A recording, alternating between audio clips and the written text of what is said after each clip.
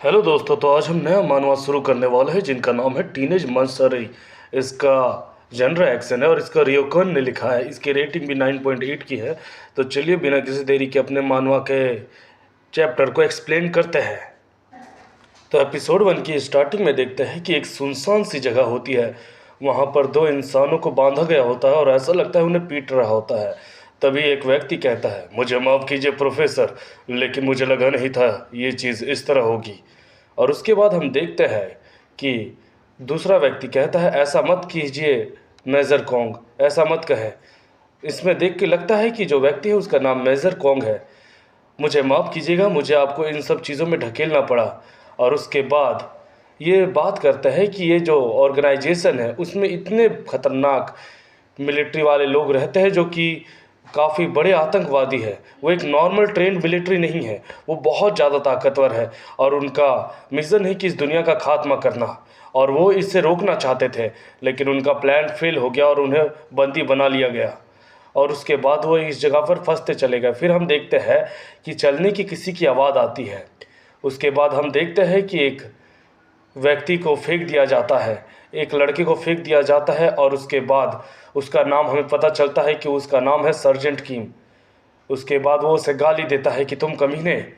उसके बाद एक आतंकवादी जो कि अरबी में कुछ बोलता है जो कि उसे समझ नहीं आता, और उसके बाद वो उसे एक बंदूक की नोक से मारता है जिसके कारण उसे बहुत चोट लगती है। लेकिन फिर भी वो उठ खड़ा होता है। वो तीनों ही एक जगह पर बैठे हुए थे और वो अपने आप को मन ही मन कोस रहे थे कि पता नहीं आगे क्या होगा, उन्होंने हमें प्यादों की तरह इस्तेमाल किया है। तभी वो लड़का कहता है, मेजर कैंग, क्या आप ठीक है, आपको कुछ हुआ तो नहीं? उसके बाद वो बंदा यानी मेजर कैंग कहता है, मैं ठीक हूँ, मुझे कोई नहीं हुआ, बाकी लोगों का क्या हालचाल? तो वो बताता है कि जितने भी लोग हैं उनको पता नहीं कहाँ लेके गए हैं, उसे ये नहीं पता। फिर हम देखते हैं कि चलने की आवाज़ आ रही होती है। उन्हें लगता है दोबारा कोई आतंकवादी आएगा, लेकिन इस बार एक अजीब व्यक्ति आता है।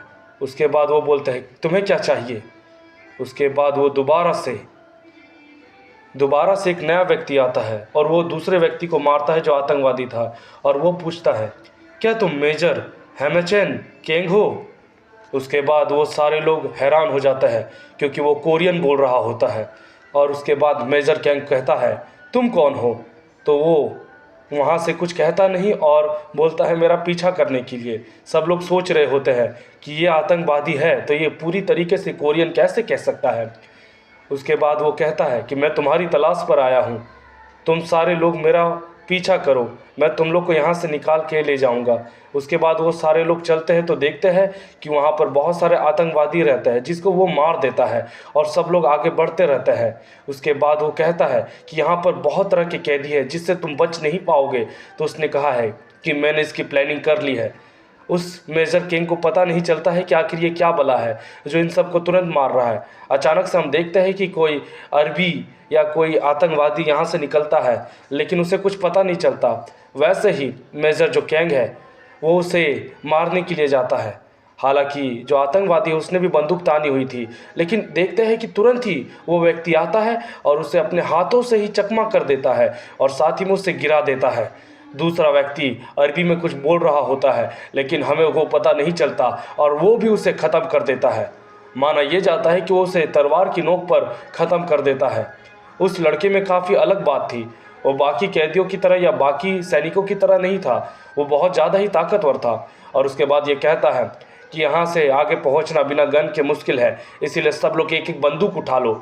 और सब लोग उसकी बात मानते हैं। और उसके बाद वो कहता है कि हम सबको शांति चुननी चाहिए। और उसके बाद वो कहता है कि यहाँ पर बहुत सारे लोग हैं जो कि राइफल रिलोड किए हुए हैं, तुम सबको बच के चलना होगा, एक गलती और सारे लोग ख़त्म हो जाएंगे।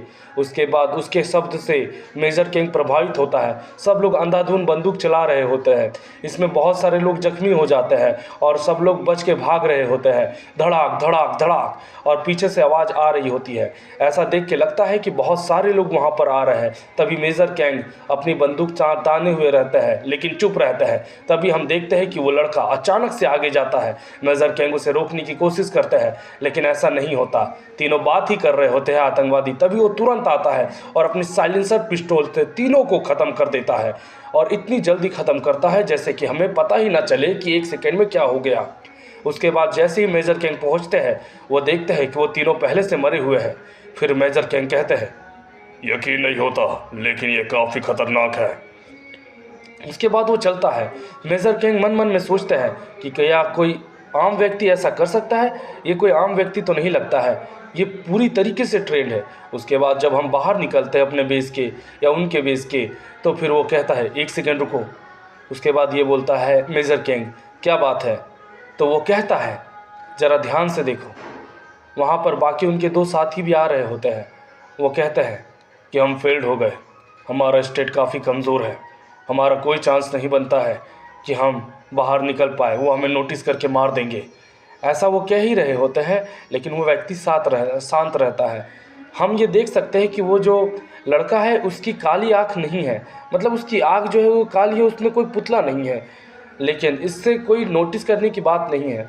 वो अभी भी ये सोच रहा होता है और पूछता है कि आखिर तुम इतनी आसानी से कोरियन कैसे कह सकते हो? क्या तुम कोई कोरियन हो? और आखिर तुमने कोरियन सीखी कहाँ से अगर नहीं हो तो? तब वो कुछ कहता नहीं और वो लड़का कहता है, अब जाने का समय हो चुका है। सब चुप हो जाते हैं। धीरे धीरे सब लोग चल रहे होते हैं। तभी कुछ जवान कहते हैं, मेजर किंग इधर आ जाइए। मेजर किंग को हैरानी होती है कि उनके सारे जवान सैनिक काफ़ी ज़्यादा सही है और सबको कुछ हुआ नहीं। लेकिन वो पूछते हैं कि तुम सब यहाँ पर कैसे आए? तो उसने कहा कि इस इंसान ने हमें यहाँ पर पहुँचाया। सच कहूँ तो ये काफ़ी ज़्यादा बहादुर है। मेजर किंग अभी भी हैरान थे कि आखिर वो कैसे यहाँ पर इसे पहुँचा सकता है। वो केवल एक ही लड़का था जिसके पास एक नॉर्मल से हथियार थे और शरीर पर एक साउथ का वेस्ट। लेकिन उसके बाद वो कहता है कि मैं यहाँ पर रुकता हूँ, तुम साउथ की ओर जाओ, वहाँ पर लोग तुम्हारा इंतज़ार कर रहे हैं। मेजर किंग कहते हैं, धन्यवाद तुम्हारी मदद का। और उसके बाद वो यहाँ से निकलने वाले होते हैं। वो एक मर्सनरी है, इससे पता चलता है मेजर किंग को। मर्सनरी उन्हें कह सकता है जो कि काबिल और well trained one man army वाले सैनिक होते हैं। जैसे कि आप वन मैन आर्मी को जानते होंगे, अगर मुझे माफ़ कीजिएगा अगर मैं सही से समझा ना पाऊँ तो, लेकिन हम देखते हैं कि दोनों में थोड़ी बात चलती है। उसके बाद मेजर किंग कहते हैं, तुमने काफ़ी अच्छा काम किया, तुम्हारे पास एक दूसरा काम होगा तो मुझे बताना, मैं तुम्हारी मदद करने के लिए आऊँगा। सच कहूँ तो तुमने हमें बचा लिया और हमारे इंसानों को भी बचा लिया है। वो फिर भी कुछ कहता नहीं है और बस चुप ही रहता है। उसके बाद मेजर किंग दोस्ती का हाथ बढ़ाते हैं। तभी हम देखते हैं अचानक से बंदूक चलने की आवाज़ आती है। वो लड़का और मेजर किंग दोनों ही हैरान हो जाते हैं और बोलते हैं कि ये साउंड कैसी है। तभी वो लड़का कहता है कि नीचे झुक जाओ जल्दी से, और सब लोग वैसा ही करते हैं। बंदूक की गोलियां धाड़ धाड़ चल रही थी और किसी को कुछ पता नहीं कि अचानक से क्या हुआ। मेजर किंग अचानक से बहुत ज़्यादा चोटिल हो जाते हैं, उनके माथे से खून निकल रहा होता है और वो कहते हैं कि अरे नहीं, शायद हमने उनकी आवाज़ सुनी नहीं। मेजर किंग कहते हैं कि प्रोफेसर मेरे इंसानों को लेकर जाइए जल्दी से, और सब लोग को वहाँ से निकालने के पीछे लगे हुए रहते हैं। और सब ये कहते हैं कि गुड, अच्छा है किसी को कोई चोट नहीं लगी, हमें ऐसा लगता है कि हमें जल्दी से बाहर जाना चाहिए। उसके बाद वो देखते हैं कि गन फायर की आवाज़ आती है और मेजर किंग देखते हैं वो अकेला लड़का सब लोग को मार रहा होता है और एक के बाद एक अंधाधुंध गोली चलाता है। उसके बाद मेजर किंग उसे हैरान होकर देखते हैं और वो कहते हैं, आखिर ये है कौन? ये कोई आम लड़का नहीं हो सकता है। और इससे के साथ हमारा चैप्टर 1 ख़त्म होता है। तो दोस्तों दूसरा चैप्टर शुरू होता है और वहाँ पर हम देखते हैं एक स्कूल को, बहुत बड़ी स्कूल को, और वहाँ पर एक बंदा लिख रहा होता है और हमें पता चलता है वो बंदा नहीं बंदी है, और साथ ही में वो होम रूम की क्लास के बारे में कुछ पूछ रही होती है। तभी एक लड़की बोलती है, अरे नहीं, हेल्प चाहिए, ये क्या हो गया? उसके बाद सब लोग कहते हैं कि क्या हुआ तुम्हें? तो वो कहती है, अरे अप्रैल फूल, मुझे ऐसा लगा कि तुम लोग मजाक कर रहे हो। फिर पता चलता है ये सारे लोग 3rd ईयर में हैं और ये लोग बहुत बड़े बेस्ट फ्रेंड हैं। एक लड़की अनजान थी और वो ट्रांसफ़र स्टूडेंट की बात कर रही थी और वो 3rd ईयर की थी। शायद हो सकता है कि उसने अपने भाई को देखा हो। वो लड़की काफ़ी अकेली रहती है और वो हमेशा किताब में अपने भाई के बारे में लिख रही होती है। सच कहूँ तो उसके भाई का प्लेन क्रैश हो गया था और वो मर गया था और उसके पेरेंट्स भी उसी के साथ थे, जिसके कारण उसके सारे परिवार ख़त्म हो गए थे। वो मन मन में ये सोचती है कि आज तक मैंने कभी ये सोचा नहीं था कि 10 साल पहले जो हुआ उसके बाद ये रिटर्न आ पाएंगे। उसके बाद हम देखते हैं एक प्लेन को आते हुए जो कि स्टेशन पे उतरता है। वो लड़की हैरानी से इंतज़ार कर रही होती है। फिर वो अपने हाथ एक लड़के पे देती है। उसके बाद हम ये देख सकते हैं कि एक बूढ़ी औरत कहती है, क्या तुम जिंदा हो? क्या तुम इतने सालों से जिंदा हो? उसके बाद वो उन्हें पकड़कर रोने लगते हैं और उसके बाद वो लड़की को रियलाइज़ होता है यही मेरा भाई है।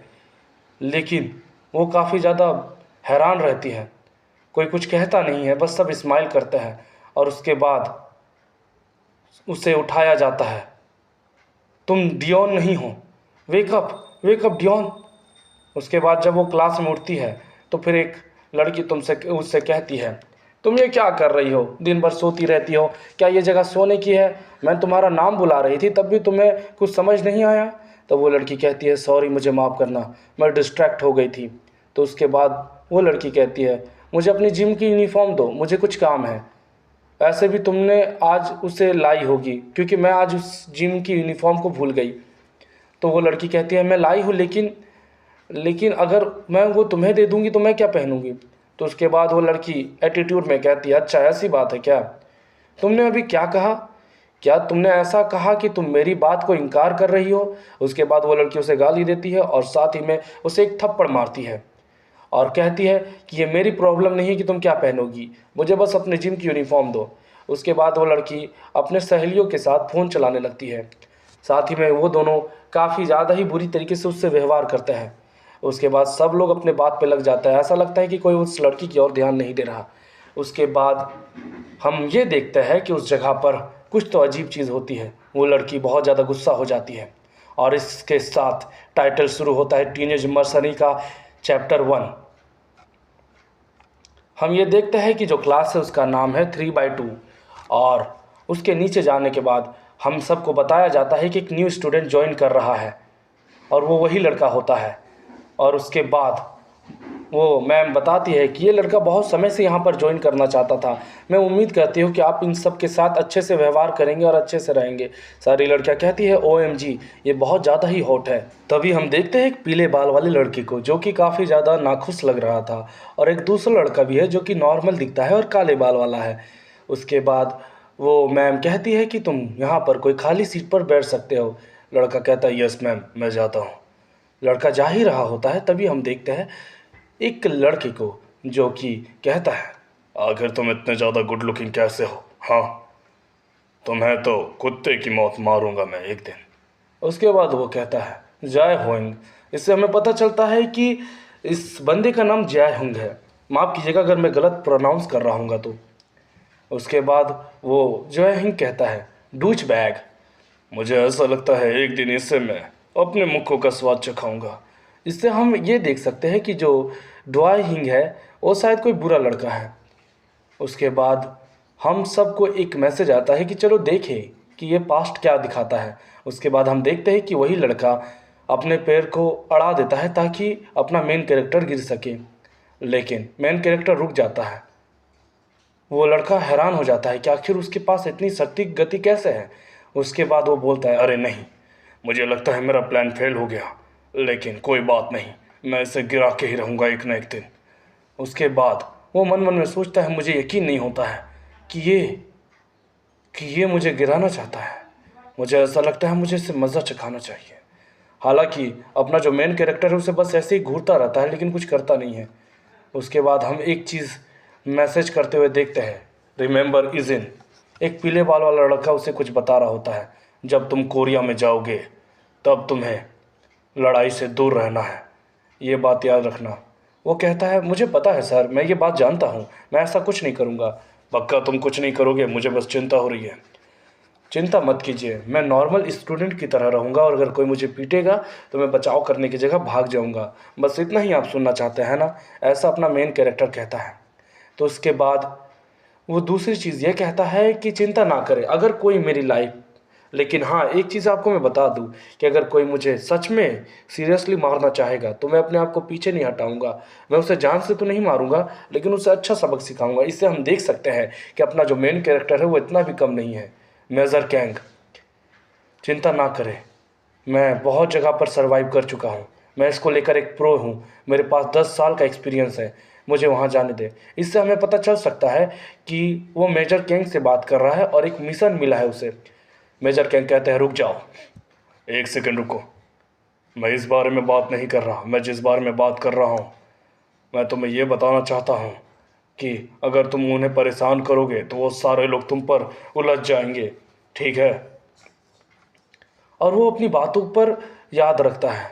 सच कहूँ तो उससे इतना ज़्यादा गुस्सा आता है कि वो उसे मार देगा, लेकिन दूसरा बंदा जो उसे गिराना चाहता था वो कहता है, इतना घूर के क्या देख रहे हो? क्या तुम मुझे मारना चाहते हो? फिर भी अपना मेन कैरेक्टर कुछ कहता नहीं है। और उसके बाद मैम कहती है, क्या कुछ गलत है? तुम अपनी क्लास में क्यों नहीं जा रहे? तो वो कहता है, मुझे माफ़ कीजिएगा मैम, मैं बस थोड़ा सा भटक गया था। उसके बाद वो सीधे सीधे अपने बेंच पर बैठ जाता है। उसके बाद वो डाई ह्यून कहता है, लगता है कि ये कोई ताकतवर बंदा नहीं है, बस एक लूज़र है। वो चुपचाप जाता है। पीले बाल वाला बंदा कुछ कहता नहीं है, बस चुप रहता है। मैम कहते हैं कि योंग चैन, सब लोग पहली क्लास पे है तो अपना किताब दोबारा से ओपन करेंगे। तब मैम कहता है, मैम मैं ये कर दूँगा। सब लोग मस्तियाँ करते हैं क्लास में। और उसके बाद पहला ब्रेक ख़त्म होता है। तब एक लड़का आता है जिसको बोला जाता है, हाय मैं हूँ योंग चैन पार्क। इससे हम जान सकते हैं कि इस बंदे का नाम है योंग चैन, जिसे हम योंग कह सकते हैं। और वो कहता है, तुम्हारा नाम इजिन है ना? उसने बोला, हाँ मेरा नाम इजिन है। वो थोड़ी देरी तक घूरता है और उसके बाद कहता है, मुझे उम्मीद है कि तुम नर्वस मत होना, क्योंकि यहाँ के लोग उतने अच्छे नहीं हैं। उसके बाद वो कहता है कि जियो योंग से पंगा लेने की ज़रूरत नहीं है, वो तुम्हें नहीं छोड़ेगा, समझे? उसके बाद जियो ह्योंग आता है, यह है क्या तुमने नया फ़ोन ख़रीदा है? तो उसने बताया कि हाँ ये सैमसंग का नया फ़ोन है और साथ ही में इसका 19,999 दाम पड़ा। वैसे ही वो लोग कुछ बातें कर रहे होते हैं, तभी वो अपना मेन कैरेक्टर इजिन उसे घूर रहा होता है। पहली क्लास मैथ की होती है, जो कि पहले क्लास और पहले दिन होता है। वो कहता है उसे, थैंक्स मुझे इतनी इन्फॉर्मेशन बताने के लिए। मेन कैरेक्टर का दोस्त योजन बोलता है, कोई बात नहीं है, दूसरे की मदद करना ही अच्छी चीज़ होती है। उसके बाद एक बूढ़ा इंसान जो कि मैथ टीचर होता है वो आता है और बोलता है, तुम सबको जो मदद करनी है कर लो एक दूसरे की, और साथ ही में अगर कुछ सवाल है तो मुझसे पूछ सकते हो बच्चों। उसके बाद वो कहता है, सब लोग अपने टेक्स्ट बुक की पेज नंबर 47 को निकालो जल्दी से। सब लोग वही करते हैं। फिर वो बोर्ड पर लिखाने लग जाता है। वो घूर कर देख रहा होता है। तभी हम देखते हैं सब लोग वही काम कर रहे होते हैं, लेकिन इजिन का मन एक से दूसरी जगह पर जा रहा होता है। सब अलग अलग चीज़ें कर रहे होते हैं। और हम क्लास के नीचे देखें तो बहुत सारे स्टूडेंट फुटबॉल खेल रहे होते हैं। वो सोच रहा होता है कि ये चल क्या रहा है। तभी उसे अपने पुराने दिन याद आ जाते हैं, जिस वक्त वो ऐसे ही लड़ रहा होता था। इजिन ने बहुत सारे कष्टों को झेला है और साथ ही ने उसने इतनी बुरी तरीके से ट्रेनिंग की है, जिसके कारण वो काफ़ी ज़्यादा ही कोल्ड ब्लड बन चुका है, जिसके कारण अब वो कोई भी रास्ते को खाली कर सकता है और किसी को भी हरा सकता है। उसके बाद वो अपनी आंखें खोलता है और कहता है, ये जगह वाकई में सबसे ज़्यादा खूबसूरत है। उसके बाद पूरे दिन के बाद शाम हो जाती है और सबकी क्लास छुट्टी हो जाती है। सब लोग जा रहे होते हैं तो वही लड़की हमें दोबारा दिखती है। आइजिन पीछे घूम के देखता है तो सारी लड़कियां ब्लश करती है। एक लड़की कहती है, आइजिन आइजिन तुम कहाँ थे, मैं तुम्हारा इंतज़ार कर रही थी। वो लड़की कहती है। उसके बाद वो बंदा कहता है, हाँ मैं भी घर तुम्हारे साथ ही जाना पसंद करूँगा अगर तुम्हें कोई दिक्कत ना हो तो, क्योंकि मेरे पास कोई दूसरे प्लान नहीं है। क्या तुम्हारे पास है? वो लड़की चारों तरफ मुंह घुमा के देखती है और उसके बाद कहती है, मेरे पास भी कोई प्लान नहीं है, मुझे जाने में कोई दिक्कत नहीं होगी। तो अपना मेन कैरेक्टर बोलता है, अच्छी बात है, चलो साथ पर घर चलते हैं। लड़की काफ़ी ज़्यादा खुश हो जाती है और कहती है ओके। वो दोनों घर जा रहे होते हैं और दोनों में काफ़ी ज़्यादा साइलेंस होता है। फिर अपना लड़का कहता है, ये थोड़ा ऑकवर्ड नहीं है? लड़की कहती है, ऑफ कोर्स नहीं, ये ऑकवर्ड कैसे होगा? तो लड़का कहता है, अपना आइजिन, मुझे सच कहूँ तो कोई बुरी फीलिंग नहीं आ रही है। सच कहूँ तो कभी कभी कुछ चीज़ें अजीब ही रहती है, चाहे उन्हें सीधा किया जाए या टेढ़ा। मेरे कहने का मतलब समझिएगा आप। उसके बाद वो लड़की बताती है कि जब वो 9 साल की थी तो उसे वो बात अभी तक याद है कि उसके ग्रैंडपा का कैसे एक्सीडेंट हो गया था। सच कहूँ तो ये चीज़ें काफ़ी अजीब है। चीज़ें काफ़ी अजीब हो रही थी 7 साल तक में।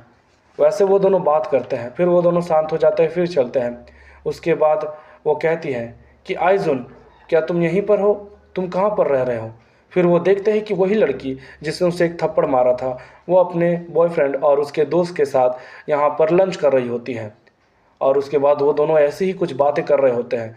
तभी उसका ध्यान वही लड़की पर पड़ता है और वो कहती है, ये तो दाई हुइंग है ना? वो लड़की हैरान हो जाती है और कहती है मन मन में कि अब मैं क्या करूं?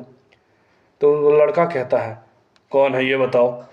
तो उसके बाद वो लड़की कहती है, अरे ये वही लड़की है जो कि मैं बहुत ज़्यादा हेट करती है उससे। ओह ऐसी बात है क्या? तो वो लड़की कहती है, क्या तुम घर जा रही हो अपने बॉयफ्रेंड के साथ दो ही वन? ऐसा बोलती है और उसके बाद वो उसे गाली देती है। माफ़ कीजिएगा, मैं गाली को प्रोनाउंस नहीं कर सकता। हालांकि उसके बाद वो लड़की कहती है, नहीं ऐसा नहीं है, ये असल में मेरा भाई है। तो वो लड़का कहता है, भाई? लेकिन तुम दोनों तो सिमिलर भी नहीं दिख रहे हो। तो वो लड़का कहता है, यानी इजिन, ये तुम्हारे दोस्त है? तो वो लड़की कहती है, हाँ ये मेरे दोस्त है, ये मेरे होमरूम वाले दोस्त है। ओके। तो उसके बाद वो लड़की कहती है, तुम ये क्या मजाक कर रही हो कुतिया? मैं तुम जैसे लोगों से दोस्त नहीं रहूंगी, समझे क्या? तुम जैसे लोगों से बात भी कौन करना चाहता है? लड़की कहती है, हाँ। तो उसके बाद वो लड़का सही में कहता है, सीरियसली क्या ये तुम्हारे दोस्त है जो तुम्हें आते ही गाली देते हैं? तो उसके बाद वो लड़का कहता है, तुम किसे घूर रहे हो कुत्ते कहीं के? तुम्हें क्या लगता है कि तुम यहाँ पर हमें घूर रहे हो? हम तुम्हें इतना मारेंगे कि कोई नहीं बचाएगा, चुपचाप यहाँ से निकल लो। ऐसा उन दोनों में बहस हो जाती है और दूसरा लड़का भी बहुत ज़्यादा गुस्सा रहता है और उसके बाद वो कहता है, ये अभी भी हमें घूर रहा है। अपना मेन कैरेक्टर आइजिन उसे घूरता रहता है और वो कुछ करता नहीं है। तभी दूसरा बंदा उठ खड़ा होता है और कहता है, मुझे ऐसा लगता है कि अभी से सबक सिखाना ही पड़ेगा। और वो उसके पास आता रहता है। तो वो कहता है, ए बिच, डिडंट यू हियर मी? क्या तुमने मुझे सुना नहीं? तुम मुझे घूरना बंद करो। वैसे भी तुम्हारी सिस्टर एक टफ बिच है। और इस तरह वो उसी की बहन को गाली देता है। वो फिर भी कुछ नहीं करता और घूरता रहता है।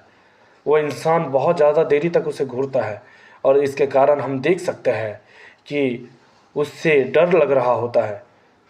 जो दूसरा बंदा है जो उसे डराना चाहता था, उसे खूब डर लग रहा होता है। और उसके बाद मेजर केंग की बात हमें याद आती है और वो कहते हैं कि हमेशा एक बात याद रखना, अगर तुम किसी से बात कर रहे हो तो आई कांटेक्ट कभी मत हटाना, क्योंकि आई कांटेक्ट ही सबसे बड़ा वेपन है जो कि किसी को भी डराने का साहस रखता है। लेकिन यहाँ पर तो हम ये देख सकते हैं कि वो डर नहीं रहा, उल्टा उसने उसके कॉलर को पकड़ लिया और वो उसे मारने वाला था गाली बकते हुए। और वो लड़की कहती है, यानी आइजिन की बहन कहती है, मुझे माफ़ कर दीजिएगा, मेरे कारण ये हुआ। उसके बाद वो लड़की कहती है, मेरा भाई असल में वैसा ही है, इसीलिए प्लीज़ उसे माफ़ कर दे और हमें जाने दे। सच कहूँ तो वो यहाँ का नहीं है, वो असल में कोरिया में यहाँ पर बहुत साल बाद आया है। सब लोग थोड़ा देर के लिए साइलेंस रहते हैं और उसके बाद वो लड़का कहता है, तो क्या इसका मतलब ये थोड़ी ना है कि हमें घूरता ही रहेगा? और उसके बाद वो इस बार भी गुस्से से बोलता है कि ये हमें घूरता है, ये हमारी प्रॉब्लम है और हम इसे अपने प्रॉब्लम से ठीक करेंगे। अपना मेन कैरेक्टर फिर भी कुछ करता नहीं और घूरता रहता है। उसके बाद हम देख सकते हैं कि उसकी बहन बहुत ज़्यादा डर जाती है और वो उसे एक हाथ मारने वाला होता है। तभी अपना मेन कैरेक्टर उसे बस हल्का सा एक मुक्का मारता है, जिसके कारण वो कहता है, अरे नहीं मेरी हाथ, मेरा चोट लग गया मेरे बाजू में। इसे देखकर ये लगता है कि उसने उसको बाजू में क्रैक दे दिया है। उसके बाद बैग वो निकालता है, थोड़ा पीछे हटता है और उसके बाद वो लड़की कहती है, आइजिन। अपना मेन कैरेक्टर कहता है, बस 1 सेकंड रुकना या 1 मिनट रुकना, मैं अभी आया। वो उसे अपनी जैकेट से उसका मुंह ढक देता है ताकि वो कुछ देख ना सके। और उसके बाद दोबारा से वो इंसान आता और बोलता है, यू। वो पीछे रहता है अपना आइजिन, लेकिन वो तुरंत ही उसे इतना खतरनाक मुक्का मारता है कि उसके मुंह से खून निकल जाता है और वो बहुत दूर तक गिरता है। वो दोनों हैरानी से उठ जाते हैं। उसके बाद वो कहता है, मैं अपने मेजर किंग के प्रॉमिस को याद कर रहा हूँ, वरना अभी तक तुम दोनों मर गए होते। मुझे गुस्सा मत दिलाओ, वरना अंजाम इससे भी बुरा होगा। दूसरा लड़का बहुत ज़्यादा ही डर जाता है। साथ ही में वो कहता है कि आखिर ये कौन सी बला है दोस्तों तो आज के लिए इतना ही। अगर आपको इसका नेक्स्ट एपिसोड देखना है तो इस एपिसोड को जितना हो सके उतना शेयर करें और लाइक करें और आग की तरह फैला दें। इसका नेक्स्ट एपिसोड बहुत जल्दी ही आएगा जिसमें हम देख पाएंगे कि आखिर आइजिन कैसे उनका सामना करता है और साथ ही में बहुत कुछ। ये कहानी काफ़ी अच्छी है और हमें बताए कि हमें क्या इम्प्रूव करना चाहिए। उसके बाद अगले एपिसोड में हम वो भी इम्प्रूव करेंगे।